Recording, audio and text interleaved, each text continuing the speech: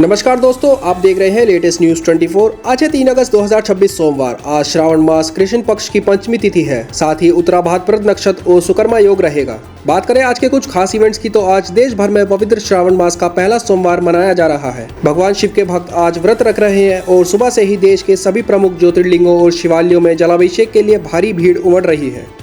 वैश्विक स्तर पर आज अफ्रीकी देश नाइजर अपना स्वतंत्रता दिवस मनाता है। 3 अगस्त 1960 को नाइजर ने फ्रांस से पूरी तरीके से आज़ादी हासिल की थी। तो अब बात करते हैं आज की कुछ बड़ी मुख्य खबरों की। बालाघाट मध्य प्रदेश में एक शख्स ने अविवाहित बेटी के नवजात शिशु को गोबर के ढेर में जिंदा दफना दिया। मामला सामने आने पर उसने कथित तौर पर कीटनाशक खा लिया। शख्स का इलाज जारी है। युवती का प्रेम प्रसंग था और लोक लाज के डर से नवजात को दफनाया गया। प्रधानमंत्री नरेंद्र मोदी को गाली देने वाली युवती ने कहा कि केस वापस नहीं लिया गया है और पुलिस लगातार उसे ढूंढ रही है। युवती ने कहा कि वह खुश है कि पीएम ने उसे माफ किया, लेकिन वह पुलिस की कार्रवाई अब और सहन नहीं कर पाएंगी। युवती ने बताया कि उसे रेप की धमकियां मिल रही हैं। उसका मोबाइल नंबर भी लीक कर दिया गया है और अनजान नंबरों से कहा जा रहा है कि जहां दिखोगी वहां रेप करेंगे और नाले में फेंक देंगे। एक युवती ने आरोप लगाया कि नौकरी की ज्वाइनिंग के बहाने होटल मालिक ने उसके साथ रेप की कोशिश की। युवती के मुताबिक जब वह मालिक के कैबिन में गई तो वहां टीवी पर अश्लील वीडियो चल रहे थे। इसी दौरान आरोपी ने उसका हाथ पकड़कर कहा कि उसे खुश रखना होगा और दावा किया कि वह उसका कुछ नहीं बिगाड़ पाएगी। पुलिस मामले की जाँच कर रही है और पीड़िता के बयान को दर्ज किया गया। तमिलनाडु की एक बुजुर्ग महिला के बेटे प्रकाशम से 23 साल बाद भावुक मिलन हुआ। प्रकाशम 16 साल की उम्र में घर छोड़कर पंजाब पहुंचा था, जहां उसे बंधुआ मजदूर बनाकर रखा गया। उसे जंजीरों में बांधकर जानवरों जैसी परिस्थितियों में रहने को मजबूर किया गया था। सुप्रीम कोर्ट ने बिहार सरकार की नीति को खारिज करते हुए कहा कि शादीशुदा बेटियों को अनुकंपा नियुक्ति से वंचित नहीं किया जा सकता। अदालत ने स्पष्ट किया कि केवल तलाकशुदा या परित्यक्ता विवाहित बेटियों को पात्र मानना और अन्य शादीशुदा बेटियों को बाहर रखना संविधान के समानता अधिकार का उल्लंघन है। अदालत ने कहा कि अगर पति यह साबित कर दे कि पत्नी व्यभिचारपूर्ण जीवन जी रही है तो उसे अंतरिम भरण पोषण नहीं मिलेगा। सुप्रीम कोर्ट ने स्पष्ट किया कि इस मुद्दे पर फैसला अंतिम सुनवाई तक टालना सही नहीं है। कानून के मुताबिक व्यभिचार साबित होने पर पत्नी अंतरिम और अंतिम दोनों तरीके के भरण पोषण की हकदार नहीं होगी। राज्य परीक्षाओं के कथित अनियमितताओं के खिलाफ छात्रों का धरना जारी है। बीजेपी नेता प्रीति गांधी ने एक वीडियो शेयर किया जिसमें एक छात्र कहता है कि यह दिल्ली जैसा विदेशी फंड नहीं है, इसलिए खाने पीने की सुविधा नहीं मिल रही। अभिनेता रणदीप हुड्डा असम के शिवसागर में बाढ़ पीड़िताओं की मदद के लिए पहुंचे। उन्होंने लंगर में भोजन परोसा और विस्थापित लोगों को राशन व जरूरी सामान बांटा। रणदीप ने कहा कि हालत भयावह है और कई गांव पूरी तरीके से डूब चुके हैं। विशेषज्ञों के अनुसार हर हफ्ते पृथ्वी पर करीब 1 मीट्रिक टन अंतरिक्ष मलबा गिर रहा है। हाल ही में केन्या में एक अंतरिक्षयान की बड़ी धातु की रिंग गिरी थी। बढ़ते सैटेलाइट के कारण यह समस्या और भी गंभीर हो रही है। केंद्र सरकार ने रिसर्च डेवलपमेंट और इनोवेशन RDI स्कीम की फंडिंग प्रक्रिया का बचाव किया। हितों के टकराव के आरोपों को भ्रामक बताते हुए कहा गया कि जिन समिति सदस्यों का किसी कंपनी से संबंध होता है वह मूल्यांकन और निर्णय प्रक्रिया से अलग हो जाते हैं। प्रधानमंत्री नरेंद्र मोदी के खिलाफ पोस्ट मामले में मेटा इंडिया प्रमुख पर केस दर्ज करने के बाद Hyderabad cyber crime DCP Arvind Babu को पद से हटा दिया गया। रिपोर्टर्स के अनुसार कांग्रेस शासित राज्य सरकार उनके इस कदम से नाराज थी। रविवार सुबह 4:14 बजे दिल्ली के उत्तरी जिले में 2.9 तीव्रता का भूकंप आया। नेशनल सेंटर फॉर सिस्मोलॉजी के अनुसार इसका केंद्र 8 किलोमीटर गहराई पर था। हल्के झटके महसूस हुए, लेकिन किसी बड़े नुकसान की सूचना नहीं है। हालिया CJP प्रोटेस्ट के बाद NSA अजीत डोवाल ने कहा कि युवा पीढ़ी स्वतंत्रता का गलत मतलब समझ रही है। उन्होंने कहा कि स्वतंत्रता केवल मनमानी करने की आज़ादी नहीं देती, बल्कि यह उन लोगों की कुर्बानी से मिली है जिन्होंने इसके लिए अपनी जान दी है। गृह मंत्री अमित शाह ने कहा कि 2014 में प्रधानमंत्री बनने के बाद नरेंद्र मोदी की पहली नियुक्ति अजीत डोवाल को राष्ट्रीय सुरक्षा सलाहकार बनाना थी।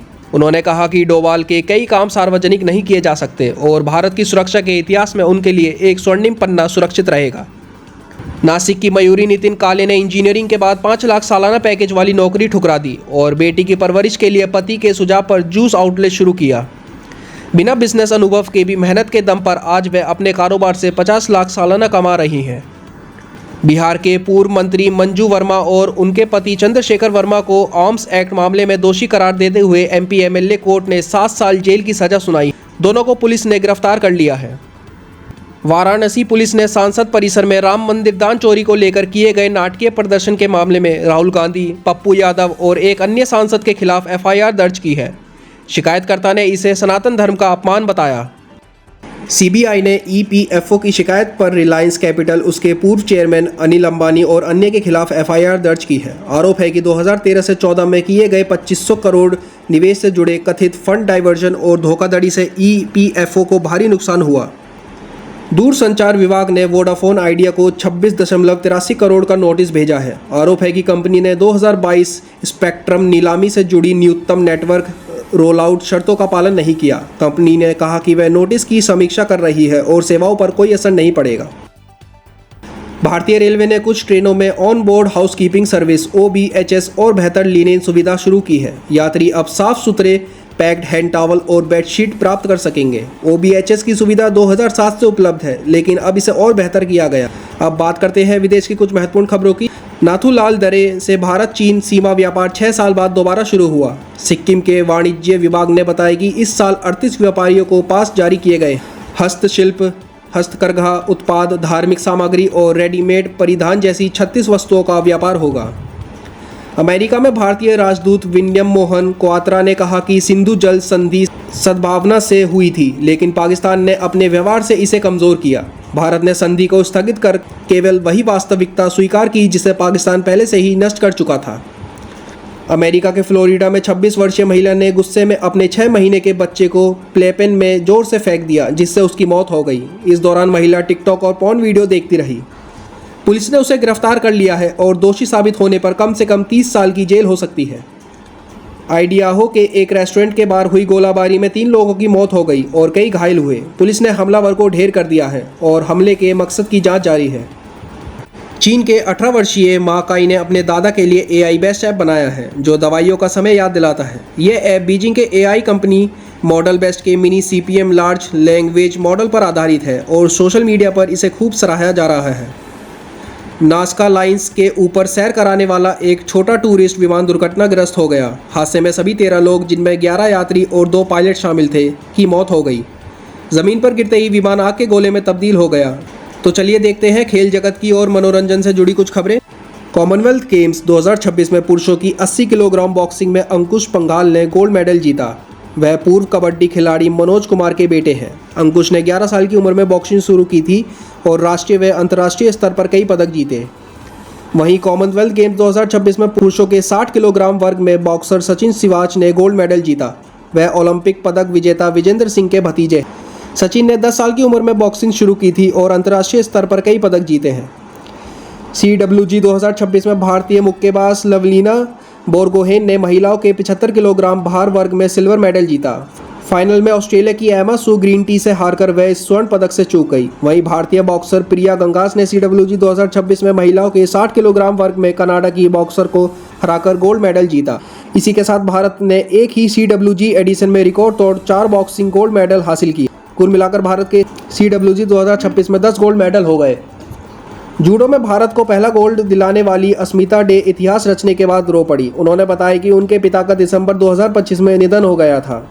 अस्मिता ने कहा कि पिता के जाने के बाद उन्हें लगा कि सब खत्म हो गया, लेकिन 2 महीने बाद CWG ट्रायल्स में उनका चयन हो गया। मशहूर अभिनेता विसेंट पास्टोर, जिन्होंने दी सोप्रानोज में साल्वाटोर बिग पूसी बोनपेंसिएरो का किरदार निभाया था, 80 वर्ष की उम्र में उनका निधन हो गया। न्यूयॉर्क स्थित उनके घर पर उन्हें मृत पाया गया। मौत की वजह अभी स्पष्ट नहीं की गई है। ऐसी बड़ी खबरों के लिए जुड़े रहिए हमारे साथ। जय हिंद, जय भारत।